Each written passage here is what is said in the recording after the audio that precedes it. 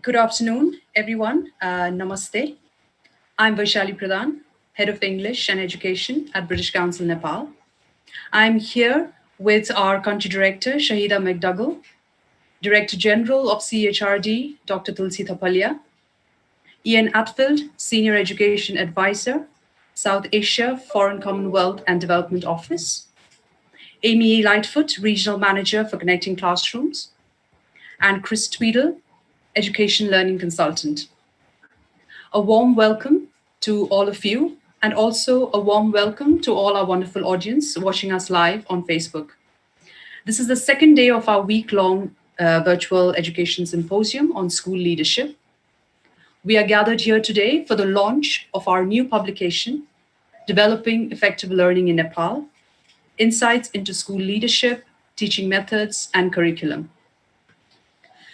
This book of research papers is published in collaboration with the Ministry of Education, Science and Technology, and is the result of efforts put in by over 20 national and international researchers.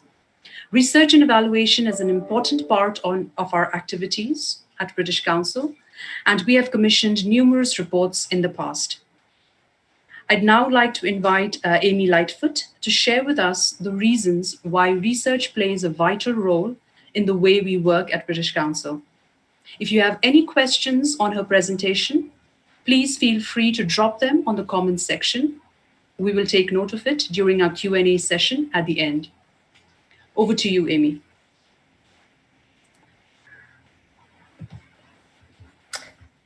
Hello, everybody. I hope you can hear and see me okay, and that you can see my slides as well. So as Vaishali mentioned, my name is Amy Lightfoot. I'm the Regional Programme Lead for Connecting Classrooms here in South Asia. And on today, as we are launching the publication in Nepal, I just wanted to set the context a little bit and talk to you about how research factors into our work across our programmes.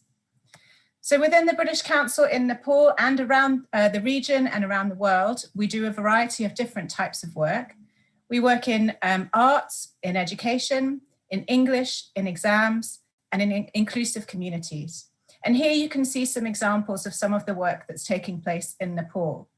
Across all of these programs of work, no matter what sectors we're working in, everything is underpinned by evidence and research. And that's where today's publication really features in the work that we're doing in Nepal. So why do we do research? I think the reasons why we do research within the British Council are very similar to why other institutions and also governments do research as well. There are several key reasons for this. First of all, it's really important for us to understand the context that we work in. We work in over 100 countries around the world, each of which is unique. And within each of those countries, there are obviously different features that we need to be aware of depending on who we're working with and where. We also need to understand what seems to work and what doesn't seem to work in the different fields that we're in. And also, very importantly, under what conditions. So just because something works with one group of people in one country doesn't necessarily mean that it's going to work with another group of people in a different country. So we need to be looking all the time at what those nuances are about the context and how that might impact on the way that we design and deliver our programs. That's another reason that why we see research and evidence as being so central to our work. It helps us to design those programs so that we're really meeting the needs and supporting the change processes that the countries and people that we're working with seek to deliver. Another really important reason for us doing this type of research is that we would like to be able to contribute the insight and evidence that we gain from our programs to the wider field for the greater good. Obviously, if we are sharing what we know and what our networks are learning about the work that we're doing, that helps to help other organizations and also other governments to develop their own programs. Again, trying to address the needs that people have. Finally, I think there's the bigger reason around it is looking, again, for working closely in partnership, for example, with the Ministry of Education in Nepal, the CHRD, and other partners, to look at how we can reform areas of program work like education or the arts and also improve our respective practice in those areas. There are just two more points I wanted to make here. I think it's important to note that obviously when we talk about policy making, there are multiple factors that come into it, and the different things that need to be taken into account in order to design that policy and the implementation. But we really feel at the British Council that research evidence is a really critical part of that puzzle and really needs to be one of the very key things that is taken into account when policies are being devised and also implemented across the different sectors. I think the second key thing to highlight here is just that this research evidence does flow both ways. So it's about looking to see what works and doesn't work coming out of programs and activities on the ground, and then funneling that back into the programs and making sure that we're adapting and changing as we go along based on what we're learning as we deliver the activities. So it's kind of a research and evidence cycle coming out of and back into the programs. Okay, I think this is an interesting question around who conducts the research. And this is something that we look at quite a lot within the British Council and with our partners. I think when some people think about research, the first people that come to mind are university academics, and that research is something that happens within academic circles. So on the right here, you can see an example of a project that we've recently concluded, this one actually in India, that was led by the University of Cambridge, but with a consortium of partners and institutions in India and in the UK. And this is a kind of typical longitudinal research study where we're looking for the data coming out of a research design and using that data to feed back into our projects and programs led by universities. But we also work really closely with curriculum developers, education administrators, and evaluators to do similar types of work. So it's not just about the university academics. There's also this much wider network of people who can be involved in generating and also using that evidence. Similarly, program implementation agencies, so it might be our partners that we work with to deliver programs like Connecting Classrooms. And then the result of all of those people coming together can lead to publications such as the one you can see here, which focused on English language teaching in Nepal. And this is a really good example of how we've used research evidence in the past in Nepal. This publication brought together lots of different practitioners and researchers in the field, and the evidence that was generated was used to design the LTEP program, which is another program we run in education, in English language education in Nepal for teacher development. Next, I think this group, the school leaders and teachers, conducting research themselves and having a reflective practice and inquiry-based approach to their work is also fundamental to our approach to research. And here you can see two publications that we've done recently as a result of this. The one at the top is the Journeys of Reflective Practice that was done in Nepal from teacher educators who participated in our STEPS program, looking at their practice in the training room and in the classroom and reflecting on how what seems to work, what doesn't seem to work, and sharing that through this publication with others who are doing similar practice. The second book you can see there which is one which we devised to help school leaders and other teacher educators working in education to support teachers to identify those questions they might want to ask about their classroom practice and see how they could find ways to try to answer those, and then share what they find with other practitioners. And then finally, I think this is a group that we often forget when it comes to research, but we've done some interesting work looking at how students can be active partners in the research process, helping us to both identify the questions that we want to ask and also the answers to those questions. So I think when we talk about research, we are looking at all these different groups of people and the different contributions that they can make to generating that evidence. In terms of Connecting Classrooms, the program that the research we're looking at today is born out of, Connecting Classrooms, just very briefly, is a program that runs globally with about just over 30 countries around the world. It's co-funded by the British Council and the Foreign, Commonwealth and Development Office from the UK. You'll be hearing in a moment from Ian Atfield, the Senior Advisor from FCDO for the region, for education in the region.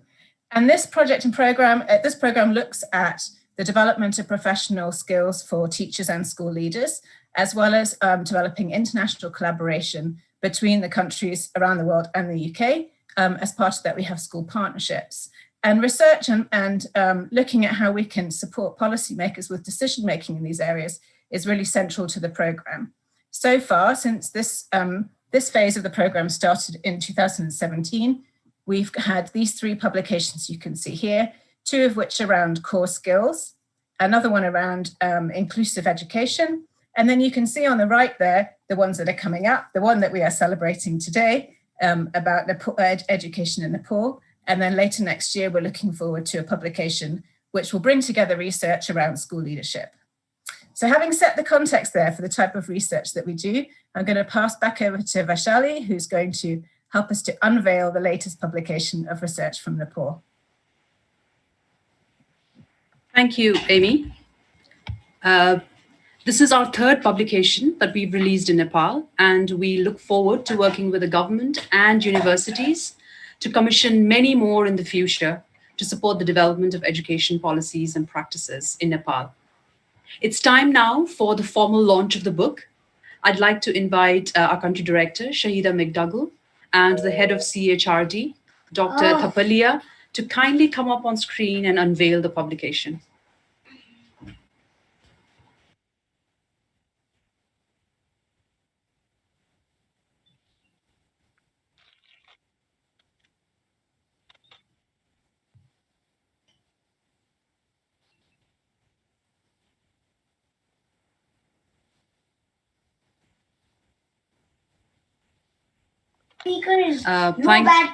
Thank you. Thank you so much, Shahida and Tulsi sir. So we've finally launched the book. It will be up on our website and various other places, which I'll kind of tell you at the end, from where you can be able to download the book. I would now like to call the editor of this publication, Chris Tweedle, to tell us more about the book. As mentioned earlier, please do use the comments section for your questions you have for any of our presenters. We will take that at the end. Over to you, Chris. Thank you very, very much indeed. And just to prove that I've got a hard copy of the document as well. So I'm very proud of what we've achieved together. And it's great that this day has come to actually have this document published today.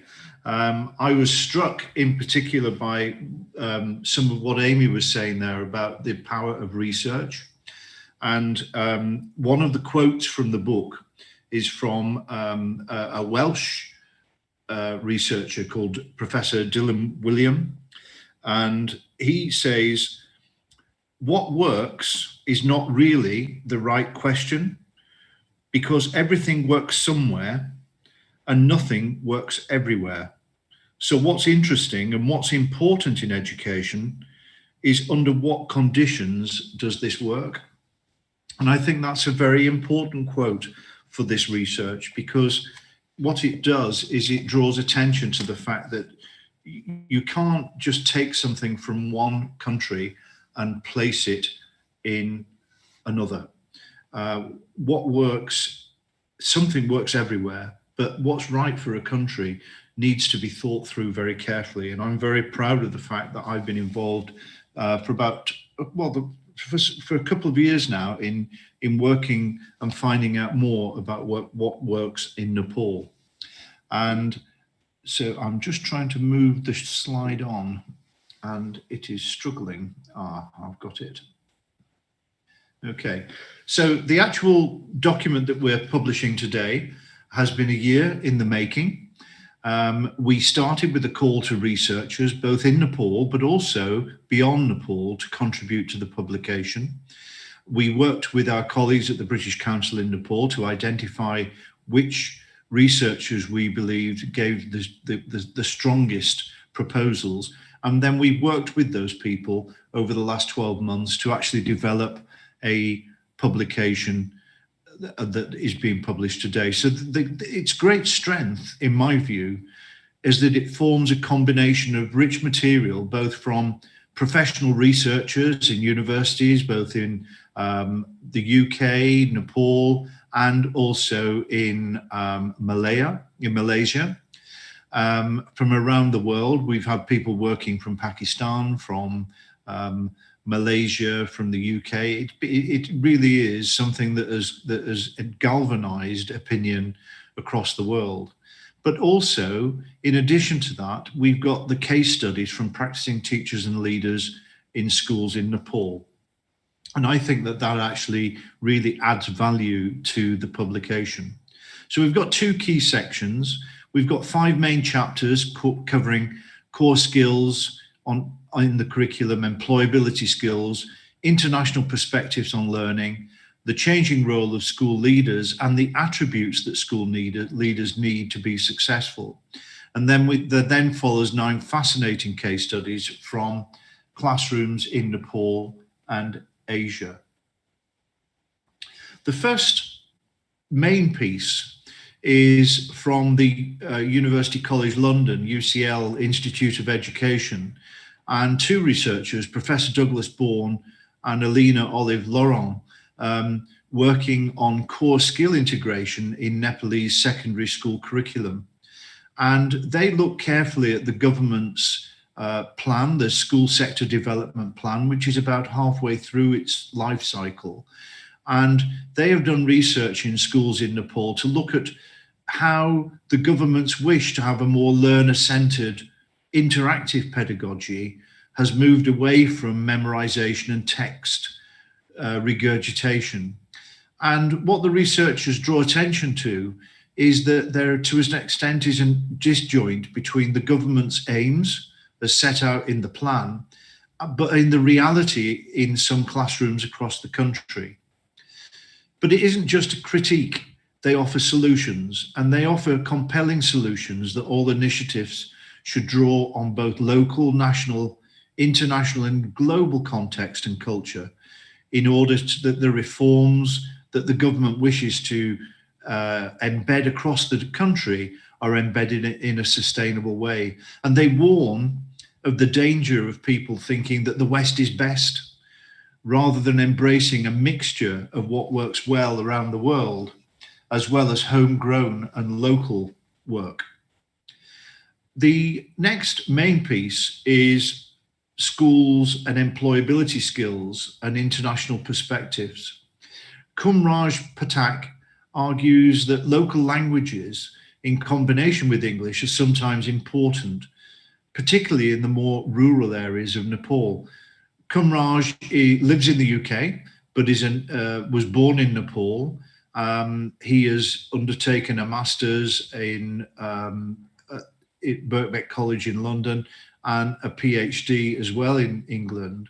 And he talks about the value of local languages, helping young people to have the ability to access local as well as wider economic markets. And then the third main piece is again in partnership with Douglas Bourne, Professor Bourne, and Amna Pasha from Pakistan, who look at how partnerships between Nepali and UK schools using digital technology as well help to fulfill the United Nations Sustainable Development Goal on education, including a commitment to the global citizenship education. And they also call for school partnerships to be truly equal flow of ideas between the international partners. And they've looked particularly at partnerships between Nepal and the UK. We wanted to look carefully at school leadership. And in a previous event earlier today, one of the questions that was asked in the chat box was, how do you move from head teachers, from principals feeling that they are administrators, and how do they use their time to actually become pedagogic and instructional leaders in their schools? And what Dr. Donny Adams from the University of Malaya does is to look at the attributes of highly successful head teachers and how they have embraced a student-first approach in their leadership. He maintains, and his research shows, that these leaders share and distribute leadership across schools, and they share the wider educational values of students' learning, not just looking at exams and looking at an orientation which is very paper-driven. myself and Jess Steffenberg, the editors, we've done a literature review of what the best school leaders do around the world. And we've included in that the British Council's 5 professional practices from South Asia. That's creating a strategic direction, leading teaching and learning, working in partnership with others, managing resources effectively, and providing adequate and high quality continuous professional development for staff. And certainly in the literature review that we've undertaken, there's a real commonality about those objectives for successful leadership in schools around the world. And then finally, the book goes on to have 9 really interesting and well thought through and practical case studies from practitioners in Nepal.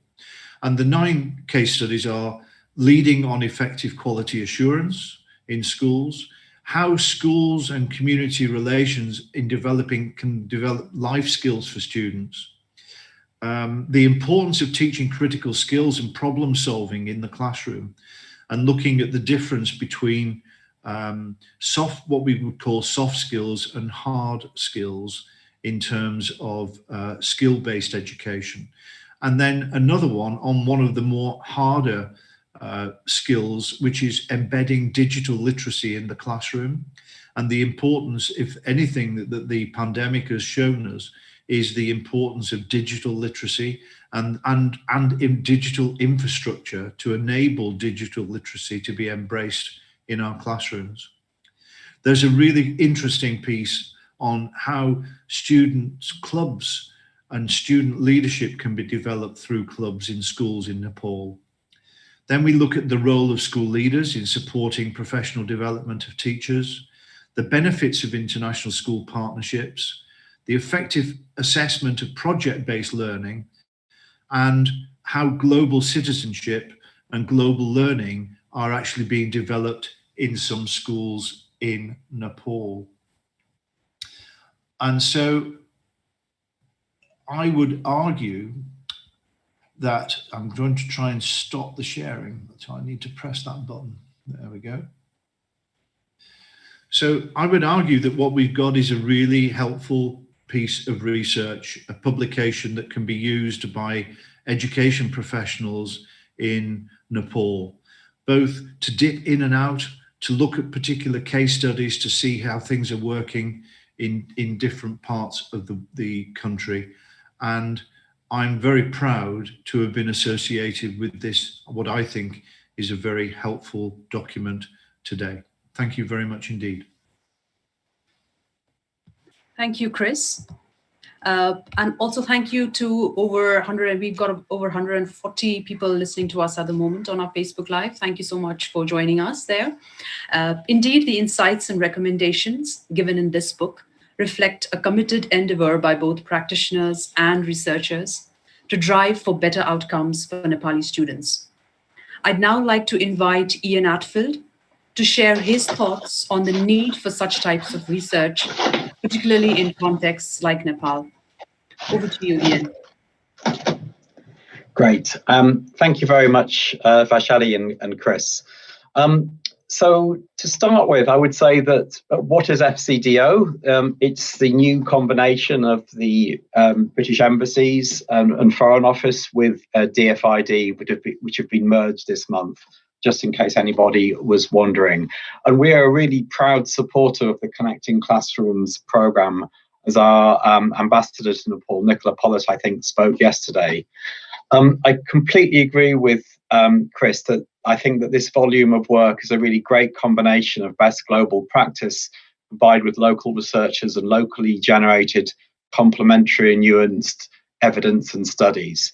And I think it's getting that sort of balance of the best of the West, not necessarily best is West, together with what comes from locally. Dr. Talapia, the Director General of the CHRD, has already commented about the school sector development plan and the new federal governance structures within Nepal and the shifting roles of school management committees in management of schools, and the fact that head teachers' roles are shifting there will be more focus on pedagogic leadership, teacher professional development, to ensure that schools can be effective places of teaching and learning. And I think that leadership from the government of Nepal is vital, even more so in these times affected by the COVID-19 pandemic, because head teachers must set a role model for the schools and communities that they live and work in. They must set behavioural expectations and be able to offer effective instruction, mentoring and coaching for their staff.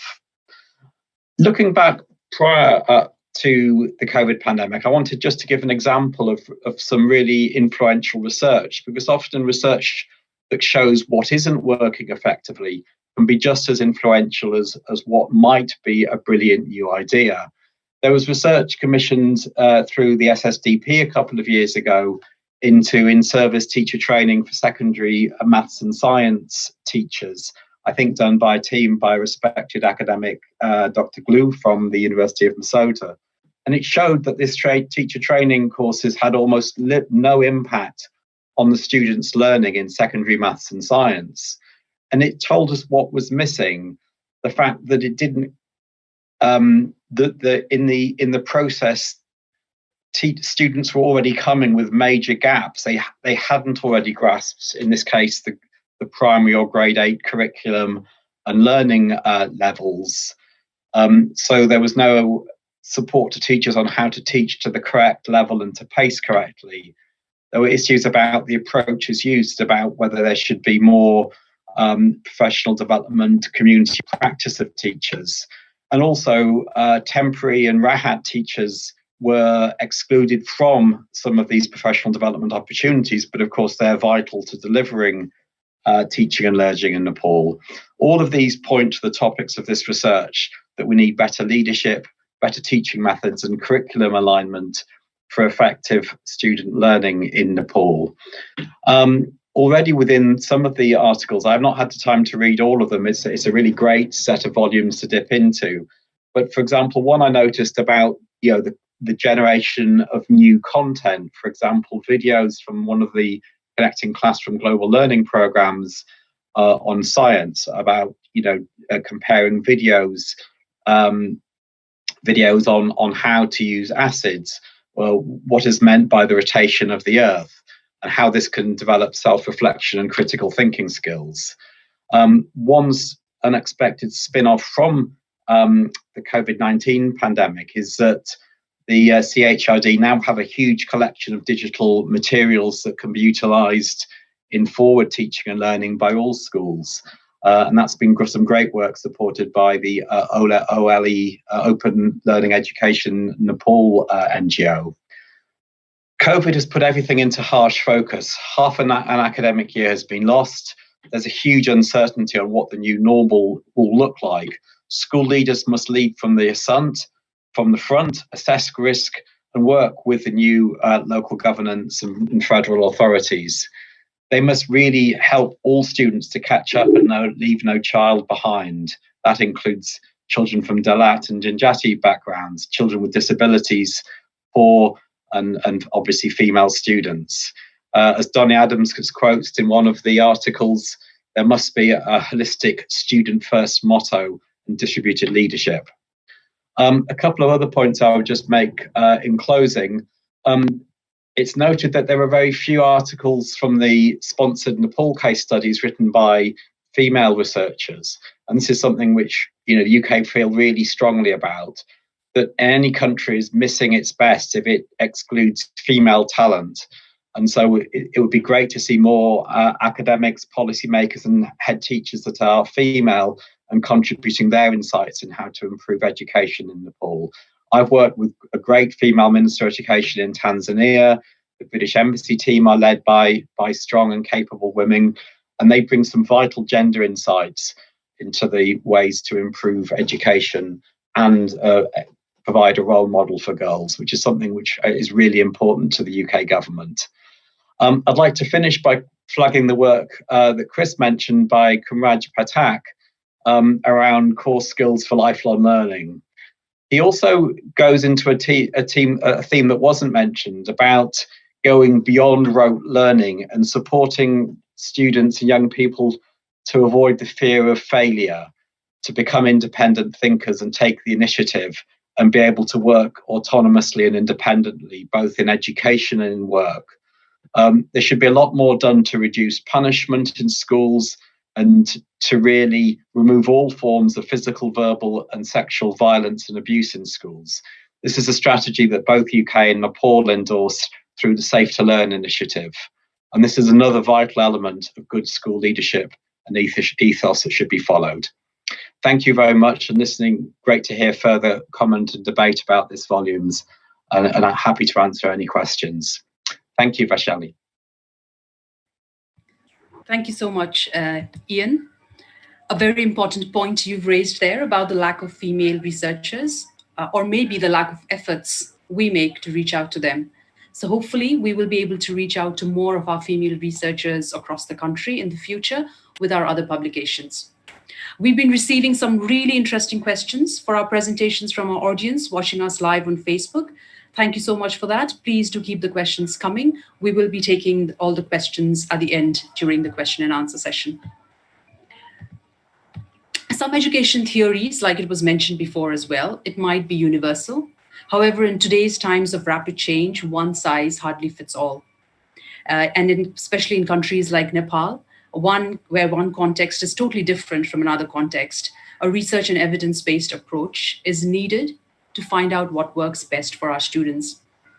It is our privilege that Dr. Tulsi Thapalia kindly agreed to review the book and share his thoughts on how the different articles in the book would be helpful for different stakeholders working for the development of quality education in Nepal. I'd like to invite Dr. Thapalia on the screen now for his presentation.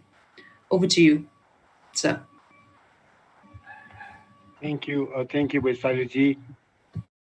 Let me share my screen first, and then.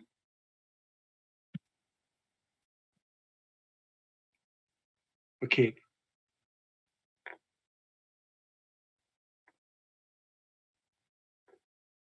Thank you for giving me this wonderful opportunity of reviewing the book with a collection of research studies, 5 research studies and 9 case studies from Nepal. Very interesting kind of work done by the researchers, and then it is a great opportunity for me to learn many different insights and experiences from these research studies. As discussed already by the previous colleagues regarding the question, what works is not the right answer, right question actually. Yes, I fully agree with that. It is unlike the case of the research in health study in the field of health, where you can easily transfer the research findings from one place to the next. Not that difficult. It easily can be transferred. You can transfer the result research findings from one place. For example, the vaccine developed in one part of the globe can be equally useful in some other part of the globe. That is not the case in education. In education, it is very much context sensitive, where the evidence available in one part of the globe may not be that much relevant in some other part. So the studies here conducted in Nepal I think are very much relevant and specific and useful to the educationists and then people who are interested in the field of education. As already discussed, so many of the things that I would like to, I have planned to cover has already been covered by 2 of the presenters already, Chris Triddle and also Ian Atfield. So some of the things that has already been covered, I will skip. For example, among the 9 studies presented in the book that we just launched, it has basically 4 major themes. For example, one is on core skills in curriculum that talks about employability skills, digital learning, citizenship, community relationship, something like that. There are few studies on that. School leadership, changing roles of school leaders, attributes of school leaders, role of school leaders in teacher professional development, like that. And the next theme could be like global learning and international school partnerships. So there are couple of studies on that. And one is on innovations and emerging practices in teaching and learning. That includes teaching, critical thinking and problem solving, assessment of project-based learning, and like that. So this is just the introduction of how the themes are organized. Basically, there are 3 or 4 major themes that has been covered in the study. Under the core skills theme, the major highlights could be like the researchers have discussed core skills. They have defined the core skill and also discussed about how the core skills have been incorporated, embedded into the Nepali curriculum, particularly grade 6 to 8 curriculum. The discussion illustrates that it is more than the curriculum content.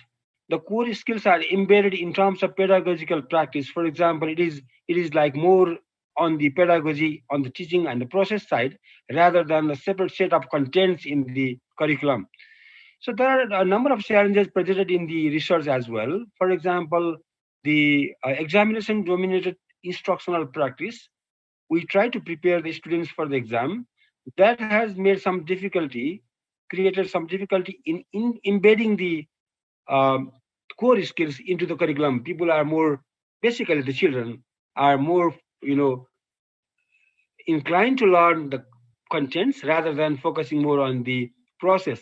Contents you learn and you forget, but the process, if you learn, that may be useful for the entire life. So there are a few challenges like that. Besides, the challenges could be like the competency of the teachers and the school management to embed or to incorporate the core skills into the instructional practices. So these are some of the challenges presented in the uh, research studies.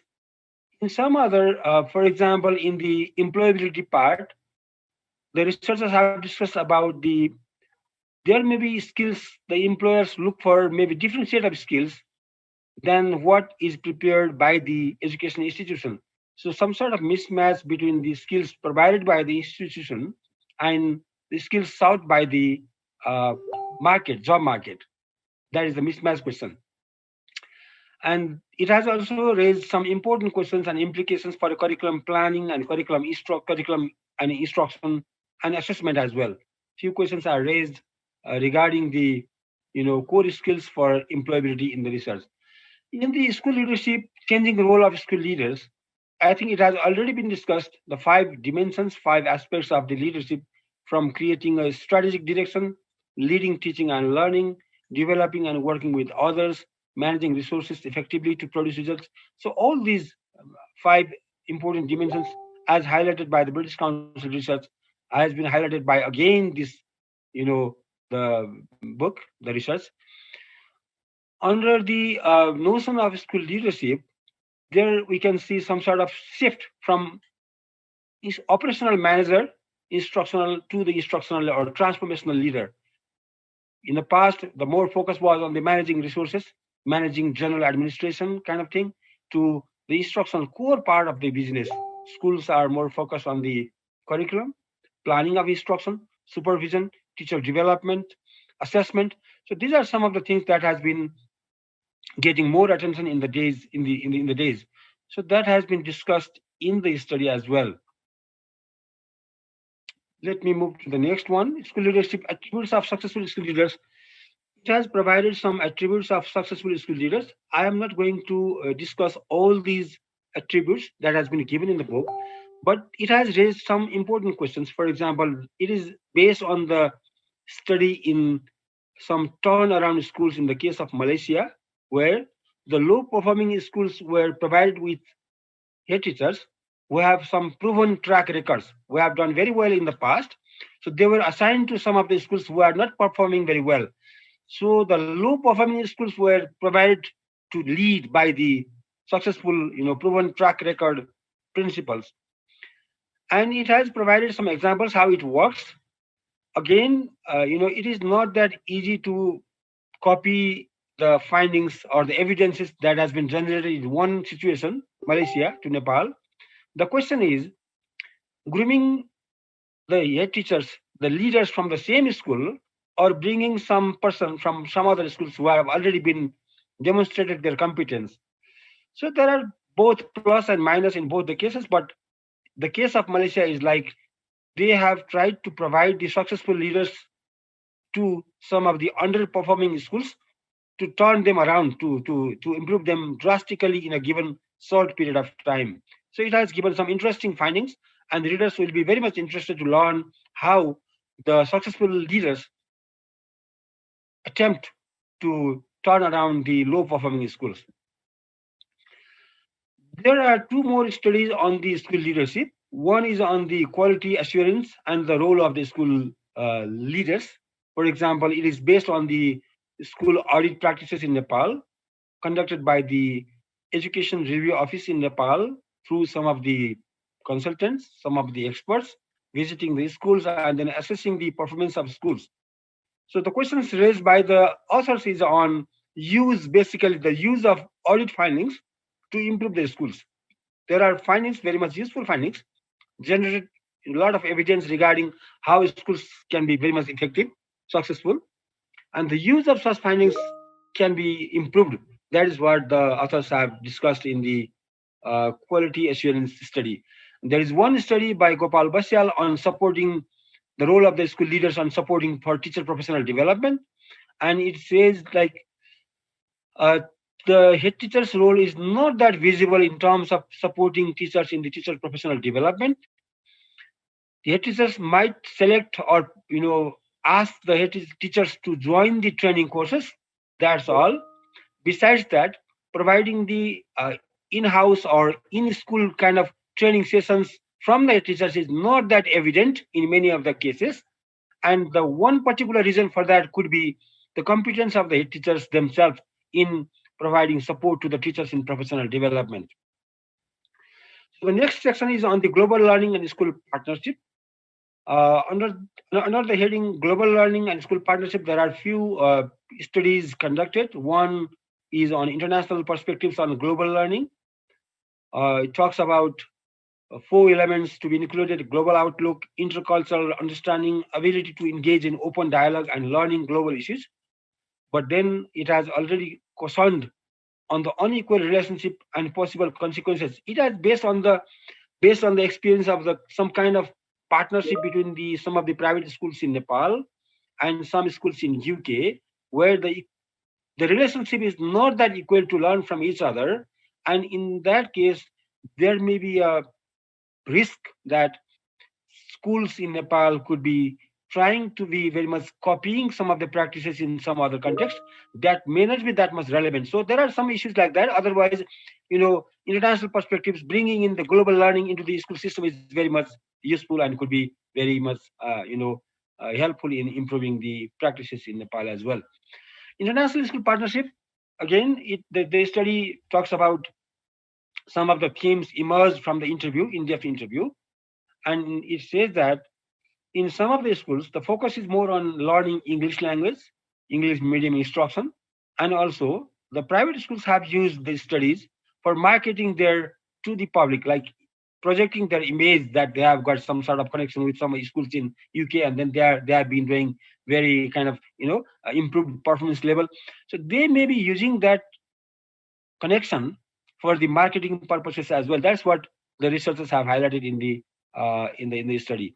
So these studies on global learning and partnerships, they could be useful in terms of improving the learning in the classroom and developing some sort of skills among the students on global understanding, broadening the horizon of thinking. For example, if you are limiting your thought, limiting your discussion within a certain territory only, you may have limited scope of knowledge. And then if you go beyond that, your horizon get expanded. That is what is the major, I think, takeaway from the research. It has provided, again, on global citizenship, the case of Malaysia, a mandatory course, Global Perspectives course, separate course on global perspectives is developed in Malaysia, and they have tried to embed that particular course into different curricular courses. For example, some of the content from the global perspectives included into the language course or mathematics or social courses. So they tried to embed these kind of different elements of the course to other courses. So through this, they tried to develop some understanding, broader understanding among the children regarding the global issues in education. it is not only the learning about their issues in that particular context, helping children learn about the global issues so that they are better aware of the situation globally. In the next section, it is more on the emerging practices in teaching and learning, project-based learning, teaching critical thinking, problem solving in the classroom, like that. So under this heading, there are few research studies, and they are based on they just provide some examples how projects can be used, project works can be used in the school level for enhancing the learning among the students, making them more independent learners, more analytical skills, developing analytical skills, self-confidence. So such qualities are expected to be developed among the students through these practices. The researchers have provided some very wonderful examples regarding how such skills could be developed among the students through the problem solving, critical thinking skills into the classroom, and also the project-based learning approaches. There are some other studies also, for example, digital literacy. Under this study, training teachers were provided some exposure on the ICT, use of ICT in teacher preparation courses in the university. When teachers, the would-be teachers, the potential teachers are exposed to the ICT courses, ICT use in the classroom in university, they are better prepared to use those skills into their own teaching in afterwards when they join the school. So the study has provided some evidence regarding how the teacher preparation courses in the university could be used for imparting the ICT skills so that the future teachers could be better prepared to make use of those skills into the regular classroom. I think I am coming towards the end of this presentation. It is on the innovations and emerging practices in teaching and learning, student leadership and school clubs.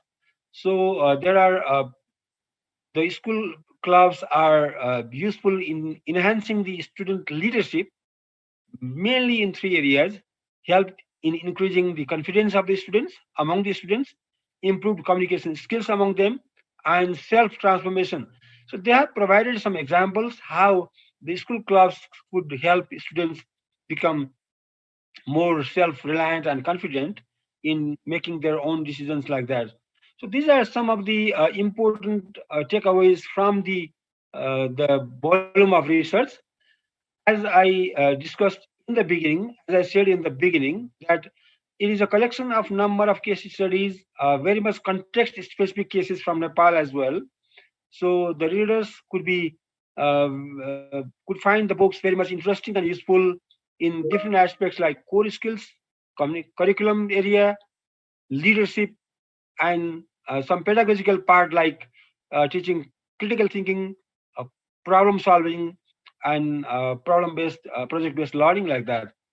So thank you very much for this wonderful opportunity. I found this book interesting. Reviewing this, learn a lot in this area, and could be very much useful for improving the education system in Nepal. We are moving towards the next education planning cycle.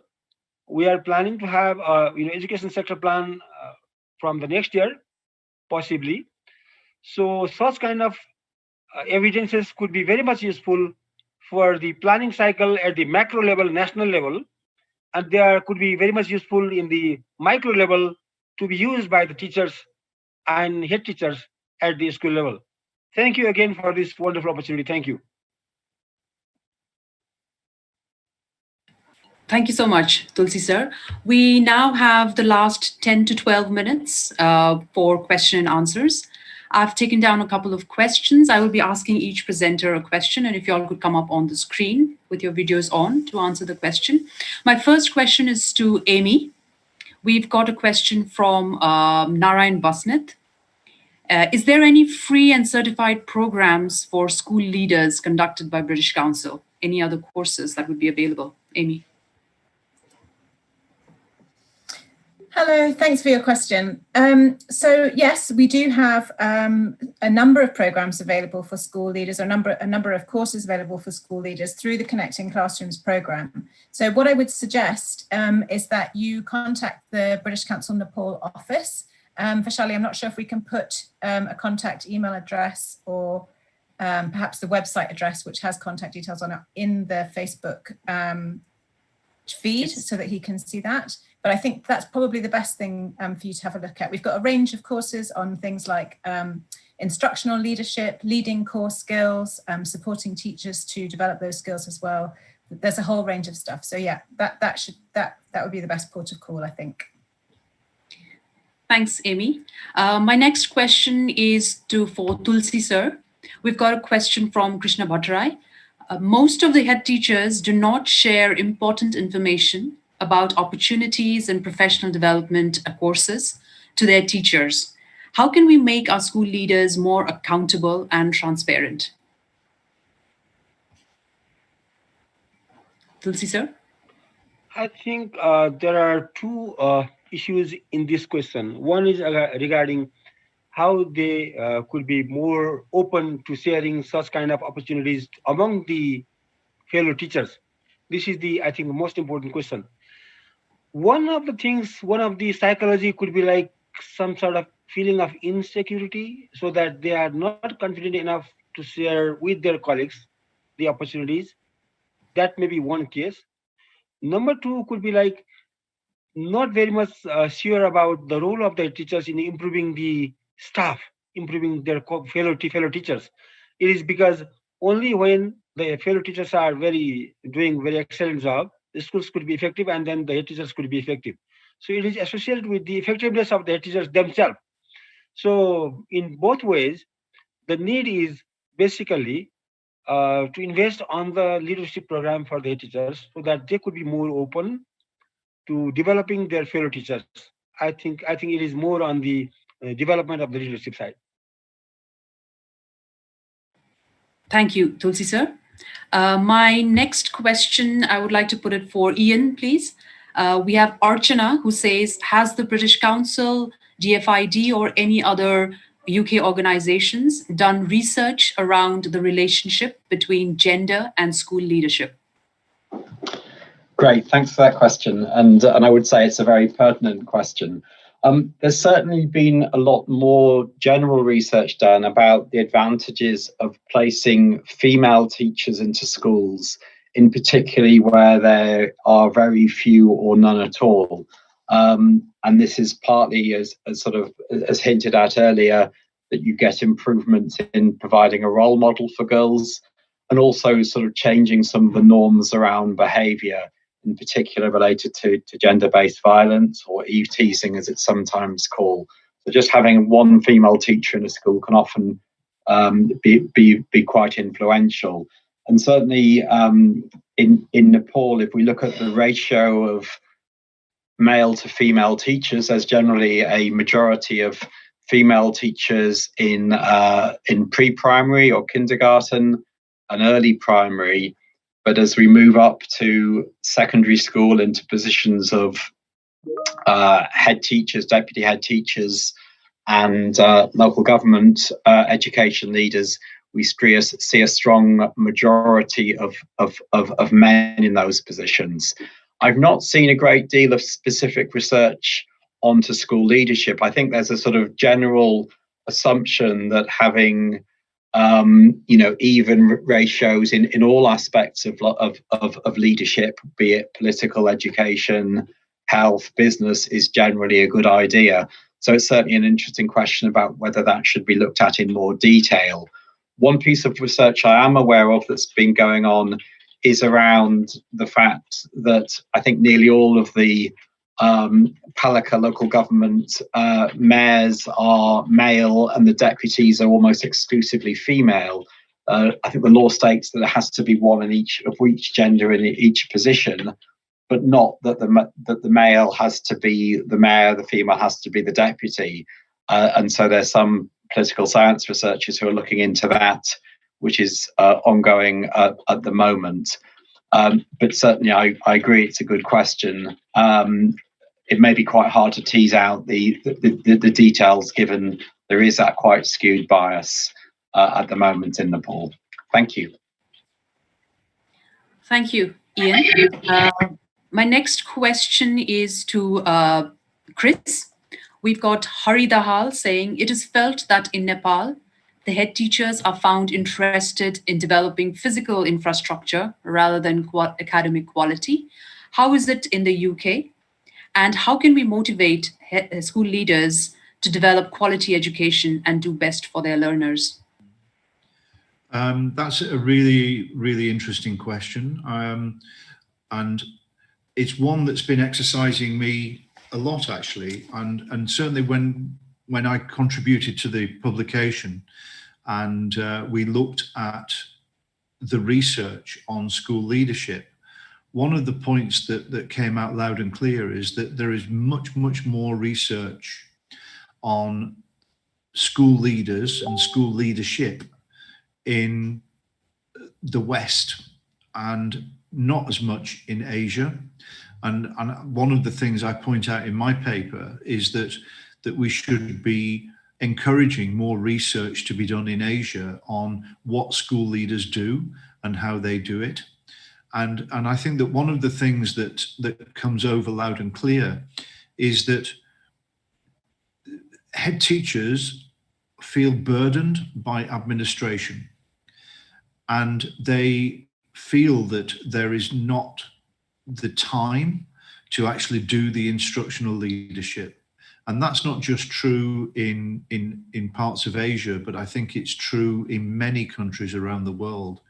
And I think that what I've noticed and what I've seen in the UK and what I've seen in America and Australia and New Zealand is that schools have worked with governments to encourage a team approach to leadership in schools, so that the head teacher has actually got capacity to do more instructional leadership by having a team around them that can actually take on the burden of some of the administrative responsibilities.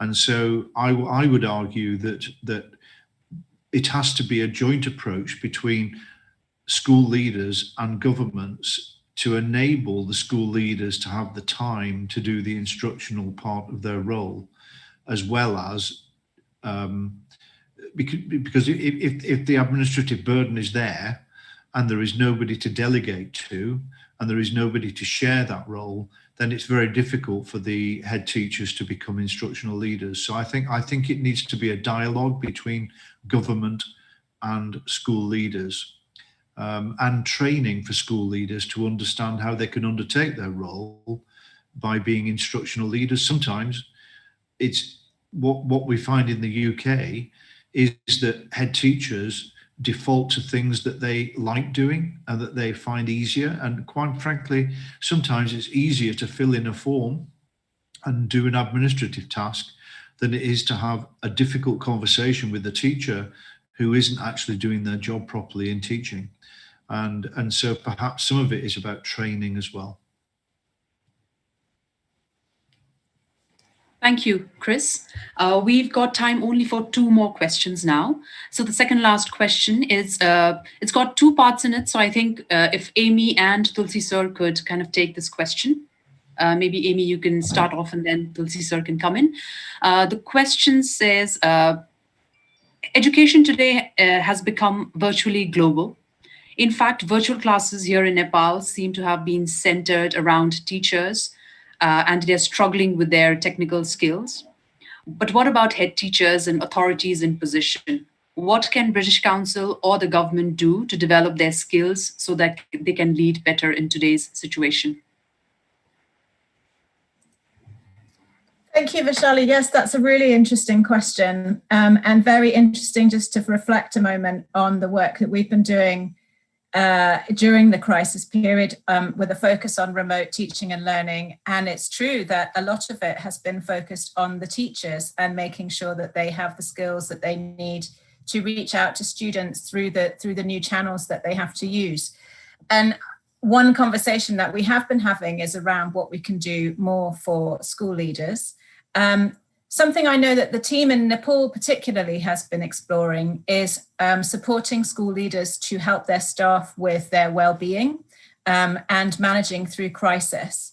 And there are some tools and resources out there to help school leaders to do that. I wonder if we could maybe follow up by posting some of those in the feed for this Facebook Live.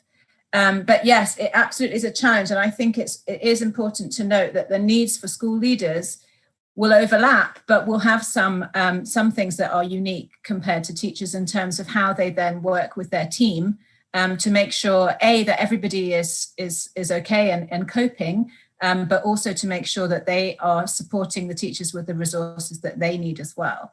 So yeah, I think that's a great question, and it's really good to remind ourselves of those differing needs. Let's see, Vaishali, if we can perhaps put some stuff into the chat to answer that further. Sure.